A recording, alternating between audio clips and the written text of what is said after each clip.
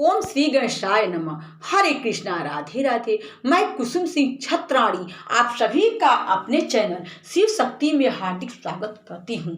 आज मैं आप लोगों को शिव महापुराण के दूसरे खंड के 5वें अध्याय की कथा सुनाने जा रही हूँ। संध्या का तप। सूर्य जी कहते हैं कि जब ब्रह्मा जी ने इतना कहा तब उनके वचनों को सुनकर मुनि श्रेष्ठ नारद जी ब्रह्मा जी से बोले कि हे न महामते, आपने चंद्रमौली शिव जी की यह जो पावन परम कथा सुनाई है उसके लिए आपको धन्यवाद है। परंतु यह तो कहिए कि जब आप सभी महान देवता और प्रजापति दक्ष भी अपनी पुत्री रति को काम के साथ अर्पित कर चले गए, तब वहां संध्या ने क्या किया? विवाहोपरांत संध्या के चरित्र को मुझे बतलाई। तब तत्ववेत्ता ब्रह्मा जी भक्ति पूर्वक शंकर जी का स्मरण करते हुए बोले कि हे मुनि, अब तुम संध्या के उस चरित्र को सुनो जिसे सुनकर सब स्त्रियां पतिव्रता होती हैं। जो संध्या अपना शरीर त्याग अरुंधति हुई उसे मेधातिथि ने उत्पन्न किया था और वशिष्ठ जी ने अपनी पत्नी के रूप में ग्रहण किया था।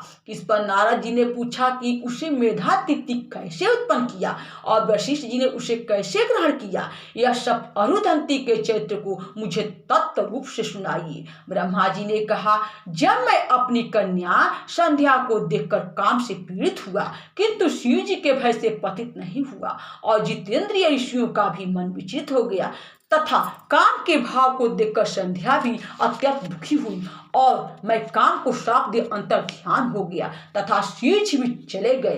तब आमर्ष को प्राप्त होकर मेरी पुत्री ने आदोपान वृत्तांत पर गंभीरता से विचार किया और सोचा कि अब जैसे भी हो, यदि शीघ्र ही मेरे तथा काम आदि सबके पापों के शमनार्थ उसकी शुद्धि का फल मुझे शीघ्र ही मिल जावे तो अच्छा हो, क्योंकि ब्रह्मा जी तो श्राप दे ही चुके हैं। भला इस मुझसे बढ़कर पापिनी कौन है जिसे देखकर पिता और भ्राता भी काम की इच्छा करते हूँ।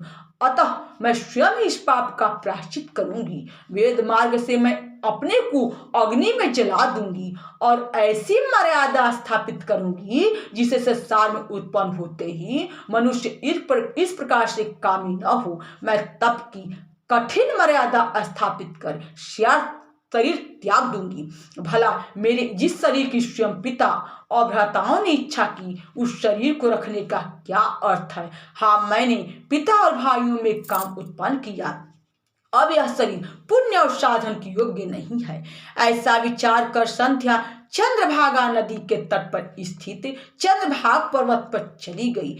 तब मैं अपनी पुत्री को श्रेष्ठ पर्वत पर तपस्या के लिए गई हुई जानकर अपने शयनात्मक पुत्र वशिष्ठ से बोला कि हे पुत्र वशिष्ठ, तप के लिए जाती हुई मनस्विनी संध्या को तुम जाकर अच्छी तरह दीक्षा दो, क्योंकि अब उसमें वह चपलता नहीं है और वह अपने पूर्व कृत्यों को विचार कर अपना प्राण त्यागना चाहती है।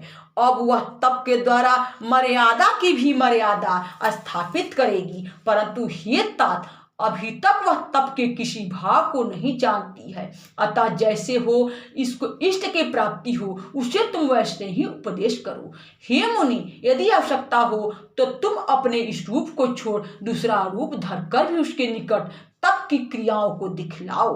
दूसरे रूप की इसलिए आवश्यकता है कि उसने यह मेरा और तुम्हारा रूप पहले ही देखा है, जिसका उसकी दृष्टि में कोई मूल्य नहीं है। इस कारण तुम्हारे इस रूप से वह कुछ प्राप्त न कर सकेगी, अतः तुम दूसरा रूप धारण कर लेना। हे नारद, वशिष्ठ जी ने कहा, ऐसा ही होगा। यह कहकर वह संध्या के निकट पहुंचे। संध्या चंद्रभाग पर्वत के लाल सरोवर के पास बैठी हुई थी। उसके पास पहुंचकर वशिष्ठ जी ने आदर से पूछा कि हे भद्रे, तुम किसकी कन्या हो और इस सरोवर पर क्या करने आई हो? यदि यह छिपाने योग्य न हो तो मैं सुनना चाहता हूँ। तुम उदास क्यों हो?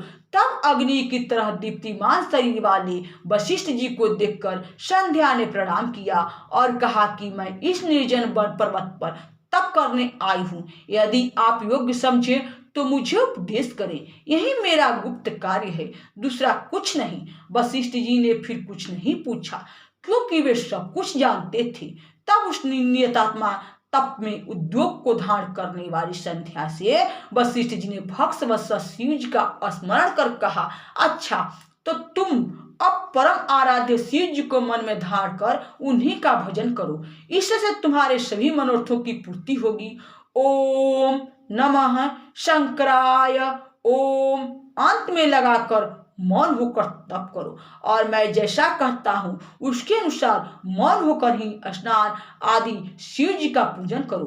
केवल जल का आहार करना और कुछ नहीं। इससे निसंदेह तुम्हारी तपस्या पूर्ण फलदायक होगी। शिव जी तुम्हारे सब मनोरथों को शीघ्र ही पूर्ण करेंगे। वशिष्ठ जी ने वहां बैठकर संध्या को तप की सब क्रियाएं बतलाई और पुनः वे वही अंतर ध्यान हो गए। यहाँ शिव महापुराण के दूसरे खंड के 5वें अध्याय की कथा समाप्त हुई। बोलो शंकर भगवान की जय। हरे कृष्णा। राधे राधे।